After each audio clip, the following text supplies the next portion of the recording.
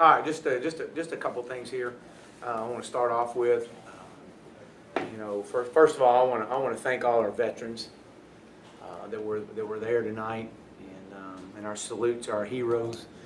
Really special. I was able to catch a glimpse of recognizing several of them during quarter breaks or timeout breaks, and just want to say thank you, obviously, for what you do and have done to allow us to be able to celebrate and play a game that we love, and to live in a country that we love so much, that exemplifies our freedom, and we know that it couldn't, without their contribution and their fight, that we couldn't have this. So I want to say thank you. I also want to continue to say again, our thoughts and prayers are with our family and friends in our great state down on the Gulf Coast, from Beaumont to Houston to Aransas Pass to Rockport to Wharton, Bay City. It's as we've all tuned into the TV this week and watched just the tragedy unfold, and I just want them to know that our thoughts and prayers were them, and we'll continue to be with them. Our football team is actively involved in helping out, and we will continue that. We will not stop. We will continue that for the rest of this season and for however long they need us there to help. Because I know there's a lot of people tonight that are hurting because they don't have a home or they've lost a loved one. So our thoughts and prayers are with y'all. We did have wore a decal tonight in honor of them, and I've reached out and spoke this week with Major Applewhite and David Bailiff and those guys, and anything that we could ever do to help. That our thoughts are with their teams right now. So again, this was much needed. Our players are extremely excited about this. We had several of our players that have had family down there and have lost a lot of stuff, lost a lot of their property, and so this was needed for some of our players as well. I do want to recognize Stephen F. Austin and Coach Conk and what he's done and what he's building. I know they're very young, but those guys never quit, and they played all the way to the end. And I want to recognize those guys. I know that they got a great future ahead of them, but they definitely came to play, and I know he's got that program heading in the right direction. So. Another thing I do want to talk about is our Mustangs, past and present. One of the things in our future Mustangs, obviously we had a lot of people here tonight and a lot of recruits, but what was really, someone told me this as I walked in here, we had over 20 plus of our former players that have played for us each of the last 2 years on our sidelines tonight, and that's really special. It's really special in what we're building. Our culture is about family. And to see some of our former players out here jumping up and down and celebrating with each other just says so much about the direction that this program is heading. Obviously, Jerry Ball was just a SMU great. He had an opportunity to come and speak to our team yesterday, and was around all day today. And just his message yesterday was very impactful for these guys. They needed to hear it. And so we recognize Jerry, man. This is a special group of young men that we're dealing with every day. The future is extremely bright. I've been saying it. We're building something. It's taking time. We know that, and we're not done. And as I shared with our players tonight in our pregame talk, we're not as good a football team as we're going to be, but we're the best we've ever been since I've been here. And I'm extremely proud to say that, because that's as you build a program from the ground floor up, that's what you ask coming into year 3. And so it's an honor and a privilege to be the head football coach here with these young men. I absolutely love these guys and their contributions to what we're doing and what we're about and our culture. Paul and I have there's a special place in our heart for these young men and their families. So I'm really excited about that, about the direction of this football team. Our offense, obviously, Just looking at some of the stats, we were able to play 3 quarterbacks tonight. That was by design. Excited to see that all 3 of them did some really good things, and there's some things we can improve on. Obviously, we started Ben, and Ben got the majority of the reps, and I felt that kind of coming into this week. Ben didn't do anything to lose the job. That was kind of the message this week. He didn't lose it, and the other guys have done a great job, and they've pushed him, but just Ben just kept battling. No turnovers. That's another thing offensively. I really want to celebrate that with these young men. And there was no turnovers. It's also hard to create depth during a game. You can practice them all day long, but until you get them in a game and play an abundance of guys, it's hard to create game depth. We were able to play a lot of guys tonight that's only going to pay dividends down the road for this football team. Defensively, scored twice on defense. I thought that was huge. I think that definitely makes the odds of winning go extremely high when you can score once on defense, much less score twice. Jordan White picked up right where he left off a year ago. I've said it, and I think he's one of the best players in all of college football. Obviously, he has to line up every day and go against Cortland Sutton, and I think you can see some of the things that definitely helps him out. He's gotten better. But I'll say this, and Jordan will say the same thing to you, is we've got a defensive line, and we knew that we had depth. And we were able to roll defensive linemen in at the pace that we're able to roll them in at. It helps the back end of your secondary so much. And to be able to have Demarie Mixon and Justin Lawler, and you saw Demrick Gary making plays tonight, and Tyson Neals, golly, the list just goes on. And when you're able to roll guys in like that, I thought that's definitely huge for us. We won the turnover battle. That's another one of our keys to victory. I thought special teams wise tonight, obviously there at the end we let up on a return, but overall I thought our coverage unit was much improved than a year ago. That's something we've definitely emphasized. I wish Josh would have made that last field goal, because I thought our last extra point, or made one of those extra points, the one he missed, would have put him perfect on the night. I thought he did a decent job kicking off. But we made a positive impact in the special teams, and that's another one of our keys to victory. So moving forward, man, our season starts tomorrow mentality, and that's I know we got North Texas next week, and we're going to celebrate tonight. We're going to celebrate each and every victory we can get, and we're going to appreciate the small victories in this game, and we're going to enjoy this journey. But our guys just dealing with success is going to be our biggest challenge, and these guys, we've won one game, and we'll regather back tomorrow. We'll go through practice tomorrow night and move on to North Texas. But tonight, this was much needed for these young men. They have a lot of confidence, and a lot of work's gone in to get to where we are. So with that, I'll open up for questions. Coach, does it bother you that you don't have one guy starting at quarterback decisively, or does it not matter because they all have? No, you know what? It really doesn't. Ben's our starter. He didn't sign a lifetime contract, nor did I. But so he's got to compete every day, and that's what you want. But he's our starter. DJ got some valuable reps just in case we need him through the course of the season. Obviously, Rafe got some valuable reps. So I think you'll continue to see a quarterback competition, not necessarily competition, but just see each other pushing each other. And that'll only make them all better. But Ben is our guy. What did you see that you liked from Ben, and what did you see that you had room for improvement for him tonight? Yeah, I thought all during camp that, again, they all competed extremely well, and they're going to continue to get first team reps, and they'll continue to play next week.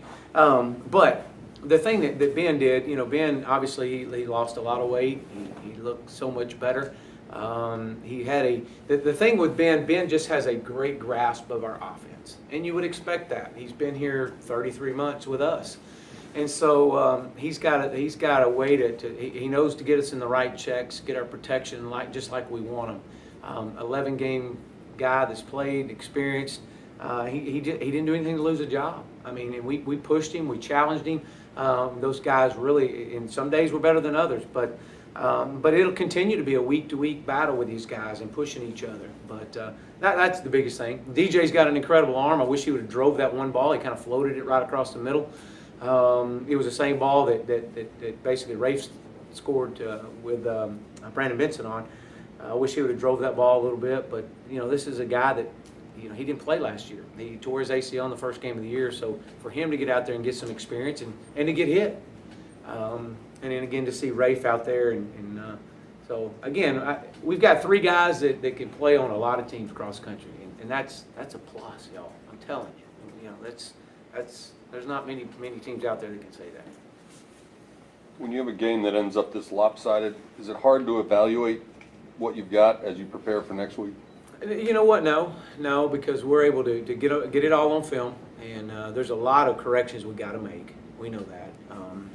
But the thing you do is you bring them back in, and you understand that, hey, look, we got to continue to take our part of our culture is holding each other accountable just to get a little bit better every day. But no, this is a great start for us, and I'm extremely excited about the start for this season. That's part of our vision. It's on our board over here is to win the opener, and we did that. So we achieved a part of our vision tonight, and another part of our vision is will be taking place in weeks to come, and so we get opportunity to keep working on that, and so we're going to celebrate tonight. Get ready for North Texas next week. Obviously, Coach Luttrell's done a great job up there, and I know they won big tonight. It'll be good. It'll be another good game. How important is it to have weapons like a Trey Quinn or a James Prochet around Cortland Center who can make plays? Yeah, I told y'all not to sleep on Trey Quinn. I've been saying it even when he didn't play last year. This guy is golly, when you look at what he's done in his high school, he's in the history of high school football across our country, he holds a reception record. A phenomenal athlete. He makes everybody better. Everybody. And it just depends on how people play Cortland. Trey's got game-breaking speed. He's physical. I think we saw that tonight. He's got great confidence. He was so excited to be back out here. He just kept saying, Coach, it's been a long time. So just to be able to see him back out here is huge. Trey, obviously James Prochet, being able to the catch that he made, it basically took an interception away. He literally the kid had the interception, he went up and took it away. We know what James has got, the playmaking skills that he has, and so we knew we have depth. We have depth in our wide receiver room, and that's one of our deeper positions. So that's great. You got a lot of people pushing each other. Alex Honey was another who's had a good camp. Braden West had quite a few snaps in the first quarter, but then he declined. Is he okay? Yeah, you know what? He kind of got bunged up right before halftime. I believe it was right before half, and but he's all right. I think he's going to be just fine. So he did. He was carrying the majority of the load early on, and it was great to have Xavier Jones back out there again. I was really excited. I know he was excited. I think he kind of felt like he's a little disappointed in his performance, but man, just to be able to have this young man back out here from what he's gone through a year ago. Then you have Kamen Freeman. You got 3 really good backs right there that you can rotate in, and when you look at the course of the season, it's a long haul, and you got to have depth. And Casey Medlock was another one that came in there tonight, and provided some depth there. He's got great speed. Is Kevin Johnson okay? You know what? I don't know that for a fact right now. I know he's getting evaluated, and we'll check on him. Hopefully he'll be all right. Do you know what happened with him? Or? I don't. I know he got rolled up on, and I don't know if it was his ankle or his knee or what, but I know that they were evaluating him in there, so hopefully he'll be fine. You get almost 250 rushing yards. Your quarterbacks didn't get touched all night. Did the offensive line look as good to you as they look on paper, at least? We felt like coming in that we were going to be able to run the football. I thought Coach Craddock and our offensive staff had a really good game plan. I was forcing them to be a little bit more aggressive. I wanted to take a few more shots, but because of the way they were playing us, they were giving us sometimes 5- and 6-man box in there, and we could run the football. And so, I don't know. We'll wait and see on video. We felt pretty confident with our offensive line all fall camp. Chad Pursley's back now, and I do know he did some really good things. So we'll see. We were able to rotate some guys in there. We played a true freshman tonight at center. to be able to take Evan Brown, take some hits off Evan Brown. We knew we were going to play Hayden. Hayden's going to be a really good football player for us. And again, when you go able to put a kid out there to get game experience, it's only going to make you better when you need them, right? You know, down the road. You see K'Mon Freeman, you think he's going to work his way into more carries going forward? Well, you know, I was just looking at it right here. He led all backs tonight with 14 for 65. There's a couple in there I know he wished he had had back. I thought if he wouldn't have danced a little bit, he got in there and kind of danced outside instead of just staying, utilize his size. Sometimes we have to remind him how big he is. And but no, I don't. I think that there's a great rotation there that Coach Traylor has with his backs, and man, I'm extremely excited the way we rotated our backs tonight because, again, when you look at the course of the season, we're gonna need them all. Coach, what's it like coaching with Coach Jeff Traylor, and what was it like today, now actually in an actual game situation? Yeah, well, you know, obviously a guy that I've known Jeff for a long time, and East Texas boy that I recruited to school, and he and I go way back. He's a legend in Texas high school football. You know, just to be around him and all our staff. I mean, I think Jeff has definitely made our staff better, he's challenged and pushed, and he knows ball, and we're excited to be able to come out here and be on the same sidelines with him. I was honored, you know, it really was, as with all our guys. But you know, Jeff and you know, I know his relationship with all our players, and you know, he was anxious to see what I was going to be like. I was anxious to see what he was going to be like. So it was good. So again, just moving forward, that's just one. You know, we'll be back in here tomorrow and evaluating film tonight and tomorrow and get ready to go. Is the fact that the running game was so productive tonight, I mean, is that a fruit of his labor? Well, I think well, it's everybody. I think there's no doubt it's everybody. He's done a great job with the backs, but you have to look at Dustin Fry with our offensive line. You know, Dustin's been with me, goodness, for a long time. You know, he was my GA, and he's done a phenomenal job, a great job. He's got a great relationship with those offensive linemen. We've recruited really well in the offensive line. We're able to redshirt everybody that we've had outside of Hayden Howerton. You know, he's our first true freshman that we've played, but we've been able to do that for 3 years, and you're now starting to see some of the fruits of that labor. I think some of our other things that really help our run game out is you've got Cortland Sutton and Trey Quinn and James Prochet, and you got some guys out on the edge that help our run game out. So it's a chess match, just what it is. And you know, we were talking to somebody the other day. It's you know, part of who we are is it's you know, kind of like flying a plane. It's you know, you got to aviate, you got to navigate, you got to communicate, and you know, you can't navigate a plane without aviating. You can't get it off the ground. You know, if you start doing that, you got problems. And I think you talk to any pilot. So kind of flying this thing right now is all about getting this thing up off the ground, and now we got to navigate. We know where we're going. And we got to communicate. Everybody got a role in this football team, and every role is important. So I'm excited about where we are. And but you're only one game in, but that's okay. That's all we've played, and that's all they let us play tonight. So we got better, and we're definitely, like I said earlier, we're not as good a football team as we're going to be, but we're better than we've ever been. I know you said you wanted to do more with the tight ends.